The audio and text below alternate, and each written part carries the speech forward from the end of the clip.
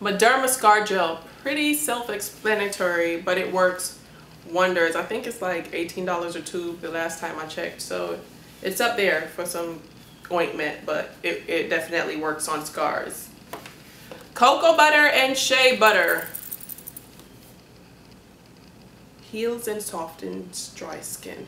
It really does work. I used to have stretch marks, like, you know, around my thigh areas, and I had a homegirl who had really bad stretch marks after having her kid, and she said she used cocoa butter and shea butter every day, and it sure took care of it.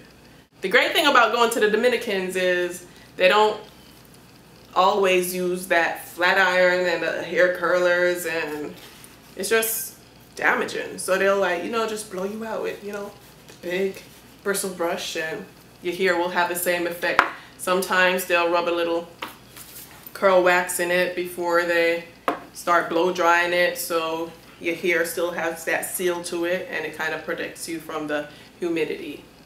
All right, what else? I have a few more things written down. Like SPF, sunscreen. It's very important to use sunscreen, and just because you're black or just because you're dark skinned, that doesn't mean that you do not need it. You probably need it the most.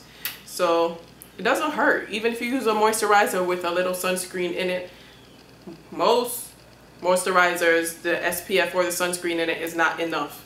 So try to find an SPF with about 30 or better.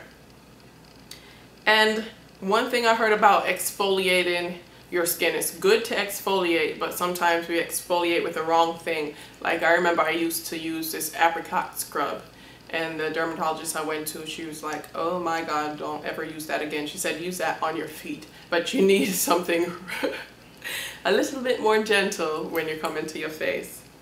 And sometimes they have these little red sponges when you go to a beauty supply store, and those are great if you have oily skin, because it stops you from having to pile up that powder on your face every few hours, but the sponge really absorbs it.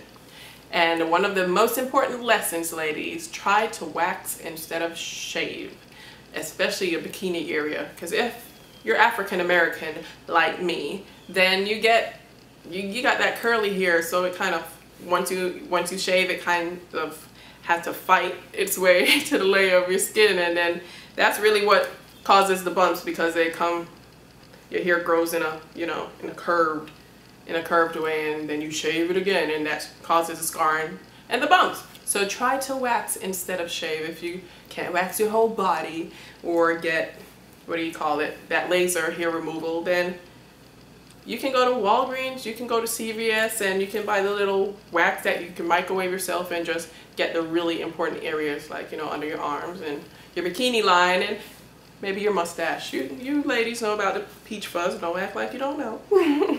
But do not shave your peach fuzz, because it will start growing back like a man.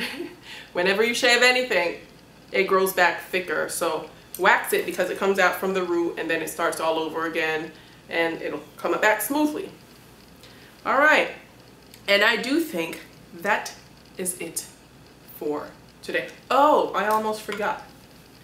When I was doing my little presentation and I had my whole table set up, my friend said, corn remover, but you don't have any corns. I'm like, yeah, that's because I have corn remover.